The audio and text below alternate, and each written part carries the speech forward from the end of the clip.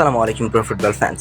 দর্শক, আজ রাতে রিয়াল মাদ্রিদ তাদের চ্যাম্পিয়ন্স লিগের প্রথম ম্যাচে মুখোমুখি হয়েছিল স্টুয়ার্টগার্টের বিপক্ষে এবং জার্মানির ক্লাবের বিপক্ষে কিন্তু রিয়াল মাদ্রিদ ৩-১-এর একটা দারুণ জয় পেয়েছে, যেখানে কিন্তু অভিষেক ম্যাচেই গোলের দেখা পেয়েছেন ব্রাজিলিয়ান তরুণ তারকা এনরিক ফিলিপে। মূলত এনরিক ফিলিপে কিন্তু ৯৫ মিনিটের মাথায় দুর্দান্ত একটা গোল করেছেন, যে গোলটি কিন্তু অনেক অনেক বেশি নজর কেড়েছে ভক্ত সমর্থকদের। কেননা তিনি যেভাবে আসলে গোলটি করেছেন, যারা খেলাটি দেখেননি তারা সত্যি অনেক বড় একটা মিস করেছেন। এনরিক ফিলিপে মাঝমাঠ থেকে বল একা একা নিয়ে যাচ্ছিলেন, ডান পাশে ভিনি, বাম পাশে এমবাপ্পে, এবং তিনি কিন্তু তাদের কাউকে বলটি দেননি। তিনি কিন্তু ডি বক্সের অনেক বাইরে থেকে দুর্দান্ত একটা শট করে কিন্তু রিয়াল মাদ্রিদকে ৩-১-এর একটা বড় জয় এনে দিয়েছেন এই ব্রাজিলিয়ান তারকা। মূলত এনরিক ফিলিপের এই গোল করার পর কিন্তু রিয়াল মাদ্রিদের চ্যাম্পিয়ন্স লিগের ফুটবল ইতিহাসে সর্বকনিষ্ঠ ফুটবলার হয়ে গেলেন ব্রাজিলিয়ান তরুণ তারকা এনরিক ফিলিপে। মূলত এনরিক ফিলিপের গোল করার এই ম্যাচে রিয়াল মাদ্রিদ ৩-১-এর একটা বড় জয় পেলেও কিন্তু এই ম্যাচে রিয়াল মাদ্রিদ ভক্তদের প্রত্যাশা অনুযায়ী পারফরমেন্স করতে পারেনি শুরুর হাফে। কেননা শুরুর হাফে কিন্তু রিয়াল মাদ্রিদ প্রচুর স্ট্রাগল করেছে, আমরা দেখেছি। সেখানে স্টুয়ার্টগার্ট কিন্তু প্রচুর অ্যাটাক করেছে, যেখানে রিয়াল মাদ্রিদের দেওয়াল মানে তিবো কোর্তোয়াস তিনি কিন্তু অনেকগুলো গোল সেভ দিয়েছেন। আর এদিকে কিন্তু রিয়াল মাদ্রিদ মোট ৪৬% বল নিজেদের দখলে রেখে কিন্তু ৩টা বিগ চান্স ক্রিয়েট করেছিল, এর মধ্যে ২০টি শট নিয়েছিল। এর মধ্যে কিন্তু স্টুয়ার্টগার্টের গোলকিপারও ৫টি সেভ দিয়েছিল। মোটামুটি কিন্তু স্টুয়ার্টগার্ট কিন্তু মোটামুটি ভালো ফুটবল খেলেছে বলতে পারেন রিয়াল মাদ্রিদের বিপক্ষে। রিয়াল মাদ্রিদের এই ঘরের মাঠে স্টুয়ার্টগার্ট এত ভালো ফুটবল খেলবে এটা কেউ কল্পনাও করেনি।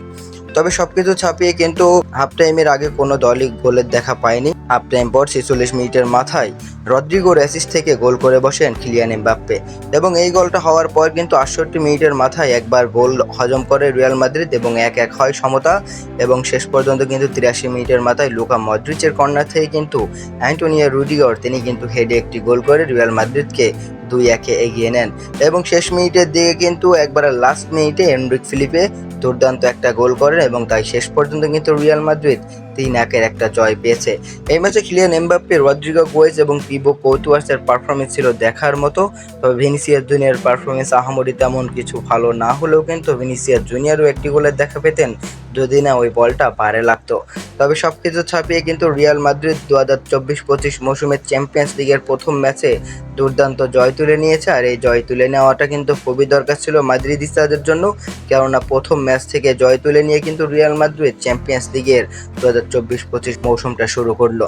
আর সবচেয়ে বড় বিষয় হলো এনরিক ফিলিপের কথা যে বললাম, এনরিক ফিলিপে কিন্তু ২ দিন আগেই বিবাহ করেছেন আপনারা জানেন, এবং বিবাহ করার পর প্রথম ম্যাচেই কিন্তু এনরিক ফিলিপে গোলের দেখা পেলেন। সেজন্য কিন্তু আসলে আলোচনাটা একটু বেশি হচ্ছে যে এনরিক ফিলিপে অনেক অনেক ভালো ফুটবল খেলবে এবারে চ্যাম্পিয়ন্স লিগে, কেননা প্রথম ম্যাচেই ৮০ মিনিটের মাথায় সাবস্টিটিউট হিসেবে নেমে তিনি ৯৫ মিনিটের মাথায় দুর্দান্ত একটা গোল করেছেন। দর্শক, একজন রিয়াল মাদ্রিদ ফ্যান হিসাবে এই ম্যাচটি আপনি কিভাবে উপভোগ করেছেন, আপনার কাছে কেমন লেগেছে ম্যাচটি অবশ্যই জানিয়ে দিতে পারেন আপনার মতামত আমাদের ভিডিওর কমেন্ট বক্সে।